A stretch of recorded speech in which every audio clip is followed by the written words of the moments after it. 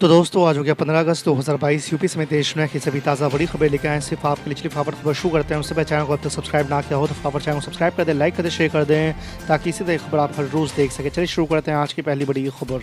भारत की आज़ादी के 75 साल पूरे होने पर राष्ट्रपति द्रौपदी मुर्मू ने स्वतंत्रता दिवस के पूर्व संध्या पर राष्ट्र को संबोधित किया। राष्ट्रपति मुर्मू ने देश को संबोधित करते हुए कहा है कि हम भारतीयों ने संदेह जताने वाले लोगों को गलत साबित किया है। इस मिट्टी में न केवल लोकतंत्र की जड़ें बड़ी है बल्कि समृद्ध भी हुई है। लोकतंत्र की वास्तविक क्षमता का पता लगाने में दुनिया की मदद करने का श्रेय भारत को दिया जा सकता है। आपको बता दें कि बतौर राष्ट्रपति द्रौपदी मुर्मू का देश के नाम ये पहला संबोधन है। पश्चिम बंगाल में सत्ताधारी टीएमसी के नेताओं के भ्रष्टाचार से जुड़े मामलों को लेकर बीजेपी हमलावर है तो दूसरी तरफ टीएमसी लीडर्स भाजपा पर आरोप लगा रहे हैं कि पार्टी सुप्रीमो ममता बनर्जी और उनके उत्तराधिकारी अभिषेक बनर्जी को बदनाम करने की कोशिश हो रही है। आपको बता दें कि टीएमसी विधायक असित मजूमदार ने कहा है कि अगर कोई ममता बनर्जी और अभिषेक बनर्जी को बदनाम करने की कोशिश करेगा तो उसे पीटा जाएगा। भाजपा सांसद तेजस्वी सूर्या ने स्वतंत्रता संग्राम में आरएसएस के योगदान पर सवाल उठाने वालों पर निशाना साधा है। उन्होंने कहा कि पार्टी का युवा मोर्चा ऐसे लोगों के लिए इतिहास की कक्षाएं आयोजित करेगा। आपको बता दें कि तेजस्वी ने कहा है कि ये दुर्भाग्यपूर्ण है कि एक ही परिवार की सराहना करने वाला इतिहास पिछले 75 वर्षों से पढ़ाया जा रहा है। बाल गंगाधर तिलक, वीर सावरकर, बाबा साहेब अम्बेडकर, सरदार पटेल और अन्य शहीद स्वतंत्रता सेनानियों के योगदान को जानबूझकर कमतर दिखाया गया है। केंद्रीय मंत्री स्मृति ईरानी ने शेयर बाजार के दिग्गज निवेशक राकेश झुंझुनवाला को श्रद्धांजलि देते हुए कहा है कि उन्होंने अपना भाई खो दिया है। आपको बता दें कि भारत के वॉरेन बफे कहे जाने वाले झुंझुनवाला का रविवार सुबह दिल का दौरा पड़ने से निधन हो गया। वो 62 वर्ष के थे। दिल्ली के मुख्यमंत्री अरविंद केजरीवाल ने लोगों से अपील की है कि वो यमुना नदी के तट के नज़दीक वाले इलाकों में जाने से परहेज करें। आपको बता दें कि यमुना नदी में जलस्तर खतरे के निशान के नज़दीक पहुंच चुका है, जिसके बाद मुख्यमंत्री ने लोगों से अपील की है कि वो यमुना नदी के बढ़ते जलस्तर को देखते हुए इसके आसपास इलाके में ना जाएं। उत्तर प्रदेश के मुख्यमंत्री योगी आदित्यनाथ को जान से मारने की धमकी देने वाले शख्स को यूपी पुलिस ने गिरफ्तार कर लिया है। लखनऊ के साइबर सेल ने राजस्थान के भरतपुर से आरोपी सरफराज को गिरफ्तार किया है।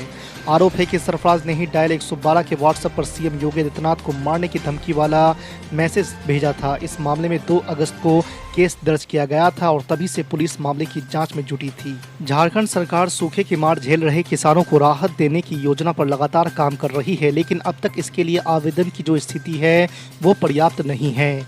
कृषि विभाग को मिली रिपोर्ट के मुताबिक 10 अगस्त तक जिलों से फसल राहत योजना के लिए मात्र 1.46 लाख किसानों के आवेदन प्राप्त हुए हैं।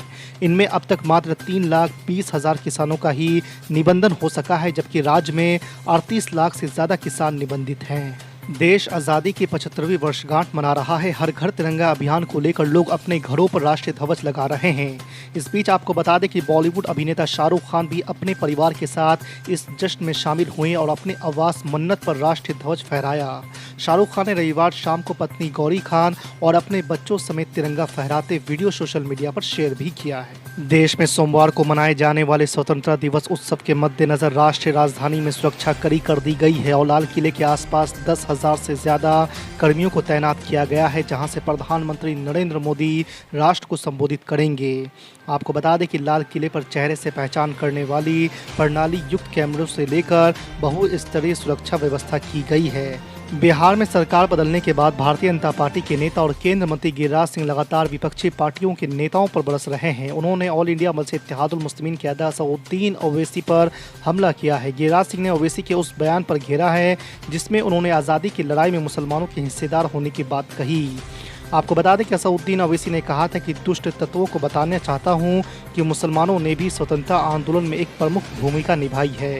ओवैसी ने कहा था कि 1857 के विद्रोह के बाद वास्तव में मुसलमानों ने एक बड़ा बलिदान दिया था।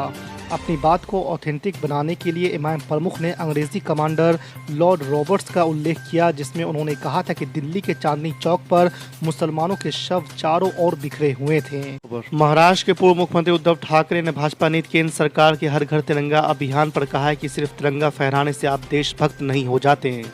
शिवसेना नेता ने कहा है कि वो समझते हैं कि ये आज़ादी का अमृत महोत्सव का हिस्सा है, लेकिन हमें ये सोचने की ज़रूरत है कि 75 साल के बाद कितना लोकतंत्र बचा है। उद्धव ठाकरे आगे कहते हैं कि आज भी चीनी अरुणाचल में प्रवेश कर रहे हैं। अगर हम अपने घरों पर तिरंगा लगाएंगे तो वो वापस नहीं जाएंगे। तिरंगा हमारे दिल में भी होनी चाहिए। जाति प्रमाण पत्र की जांच मामले में क्लीन चिट मिलने के कुछ घंटे बाद एनसीबी के पूर्व अधिकारी समीर वानखड़े ने कहा है कि उनके परिवार को निशाना बनाए जाने से वो आहत है। समीर वानखड़े ने कहा है कि उन्होंने अपना पूरा जीवन लोगों की सेवा के लिए लगा दिया, लेकिन उन्हें दुख इस बात का है कि उनकी मृत मां और परिवार के लोगों को भी नहीं बख्शा गया। आपको बता दें कि एनसीबी के पूर्व अधिकारी समीर वानखड़े को जाति प्रमाण पत्र मामले में क्लीन चिट मिल गई है। जाति प्रमाण पत्र को लेकर पिछले 1 साल से विवाद चल रहा था, जिसे खत्म करते हुए कास्ट स्क्रूटनी कमेटी ने साफ किया है कि समीर वानखड़े जन्म से हिंदू थे। पूर्व केंद्र मंत्री मुख्तार अब्बास नकवी ने विपक्ष का मजाक उड़ाते हुए कहा है कि उन्हें विपक्ष के 2 दर्जन पीएम उम्मीदवारों की सूची का इंतजार है। आपको बता दें कि विपक्ष की ओर से पीएम कैंडिडेट में नीतीश कुमार, ममता बनर्जी और अब अखिलेश यादव के भी नाम सामने आ रहे हैं। मुख्तार अब्बास नकवी ने यूपी के रामपुर में सभा को संबोधित करते हुए कहा कि मोदी फोबिया की राजनीतिक बीमारी से ग्रसित लोग जल्द ही गायब हो जाए। भारतीय जनता पार्टी के प्रवक्ता संबित पात्रा ने शनिवार को फ्री बीज को लेकर प्रेस कॉन्फ्रेंस की। इस दौरान उन्होंने आम आदमी पार्टी पर निशाना साधते हुए कहा है कि पहले भी कई बार बीजेपी फ्री बीज को लेकर अरविंद केजरीवाल की पार्टी को एक्सपोज कर चुकी है। साथ ही उन्होंने आरोप लगाते हुए कहा है कि दिल्ली में शराब के ठेके बेचे गए, इस मामले में मनीष सिसोदिया ने अहम भूमिका निभाई है। उन्होंने कहा है कि जो सत्येंद्र जैन के साथ हुआ वही मनीष सिसोदिया के साथ होगा, कानून से सुरक्षा नहीं मिलेगी।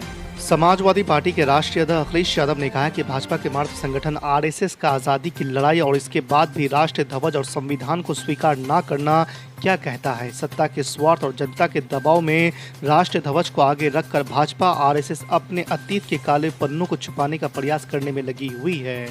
अखिलेश यादव ने शनिवार को जारी एक बयान में कहा है कि लगातार इस तरह की रिपोर्ट आ रही है कि भाजपा कार्यकर्ताओं द्वारा राष्ट्रीय ध्वज की बिक्री की जा रही है। बिहार भाजपा के प्रदेश अध्यक्ष संजय जायसवाल ने एनडीए छोड़ने को लेकर नीतीश कुमार के खिलाफ बड़ा और सनसनीखेज बयान दिया है। प्रदेश अध्यक्ष ने कहा है कि नीतीश कुमार द्वारा जेडीयू बीजेपी गठबंधन तोड़े जाने की सबसे बड़ी वजह विवादित संगठन पीएफआई और एसडीपीआई है। जायसवाल ने आरोप लगाया कि नीतीश कुमार के कुछ बड़े अधिकारियों का पीएफआई और एसडीपीआई जैसे संगठनों से संबंध है। इस मामले में कुछ गड़बड़ नहीं हो जाए, इसी वजह से नीतीश कुमार ने बीजेपी को धोखा देने वाला कदम उठाया है। बिहार के उप मुख्यमंत्री तेजस्वी प्रसाद यादव ने रोजगार के मुद्दे पर भाजपा को ही कटघरे में खड़ा कर दिया है। पटना में पत्रकारों से बात करते हुए तेजस्वी यादव ने कहा कि भाजपा ने हर साल 2 करोड़ लोगों को रोजगार देने का वादा किया था, उसका क्या हुआ। डिप्टी सीएम तेजस्वी यादव ने यह भी पूछा है कि बिहार में 19 लाख जॉब का क्या हुआ। भाजपा के लोग लगभग 2 साल तक सत्ता में रहे तो 19 लाख में से कितना रोजगार दिया। असदुद्दीन ओवैसी की एमआईएम का मौके पर चौंका, एक मुसलमान डिप्टी सीएम बनाए नीतीश तेजस्वी। जी आपको बता दें कि बिहार में नीतीश कुमार के नेतृत्व में नई गठबंधन सरकार 24 अगस्त को विधानसभा में बहुमत साबित करेगी और उससे पहले 16 अगस्त को सरकार का पहला मंत्रिमंडल विस्तार हो जाएगा। इससे ठीक पहले असदुद्दीन ओवैसी की पार्टी एमआईएम के प्रदेश अध्यक्ष और विधायक अख्तरुल ईमान ने मुसलमान उप मुख्यमंत्री बनाने की बात उठा दी है। विधायक अख्तरुल ईमान ने कहा है कि जब सबसे ज्यादा वोट शेयर माइनॉरिटी का है तो प्रदेश में एक मुस्लिम डिप्टी सीएम बनना चाहिए। एमआईएम ने कहा है कि जब जाति देखकर मंत्रालय दिया जाता है तो इस हिसाब से एक मुस्लिम उप मुख्यमंत्री भी होना चाहिए।